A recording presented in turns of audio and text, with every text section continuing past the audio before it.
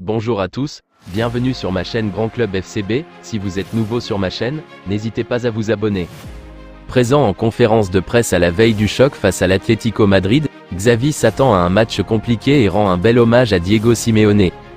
Ce dimanche 3 décembre à 21 h, le Barça accueillera l'Atlético Madrid dans un choc de la Liga. Dans une période compliquée, les hommes de Xavi n'ont pas le droit à l'erreur pour rester dans la course au titre. Présent en conférence de presse, le coach espagnol s'attend à un match compliqué. C'est un match important. C'est un adversaire direct. Nous jouons chez nous et nous avons besoin de nos supporters. Les équipes de Simeone sont toujours très difficiles à jouer, elles défendent en bloc et elles sont très agressives. Nous avons tout pour faire un bon match et prendre les 3 points. En règle générale, nous aurons le ballon contre l'Atlético et ils nous presseront. Ils sont très forts physiquement et peuvent aussi nous dominer dans ce sens. Nous pensons que nous pouvons dominer le match avec le ballon. Je voudrais souligner le coach qu'est Simeone. Chaque jour qui passe, je ressens plus de respect et d'admiration pour Cholo, ce qu'il a réalisé est louable. Il a changé l'histoire de l'Atlético et s'est adapté aux joueurs qu'il avait. Je ne sais pas pourquoi. Antoine Griezmann n'a pas réussi au Barça. Je ne sais pas, parce que je n'étais pas là avec lui. Je n'ai pas été son coéquipier. Je n'ai pas été son entraîneur. Je ne peux pas vous donner mon avis là-dessus. Ce que je peux vous dire, c'est qu'il vit un moment extraordinaire.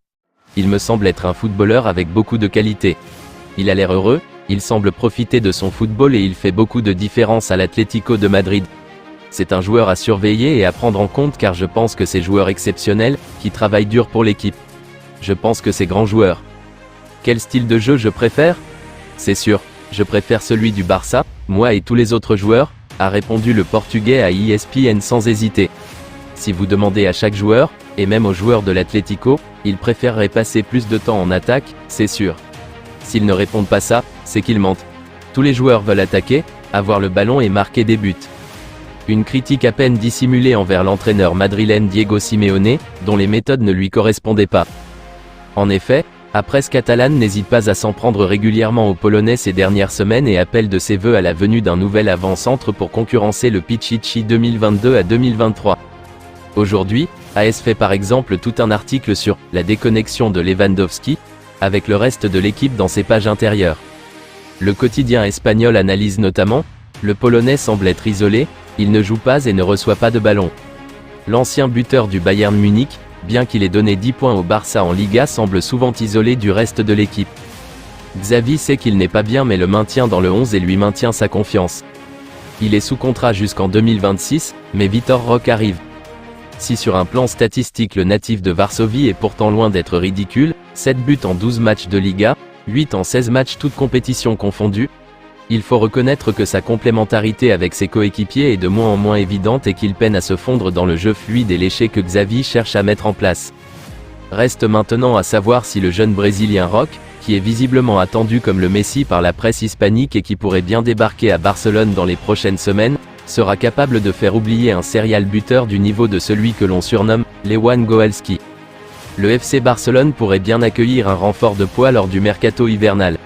Le club catalan est proche de trouver un accord avec l'Atlético Paranaense au Brésil afin de faire venir Vitor Roque dans les prochaines semaines.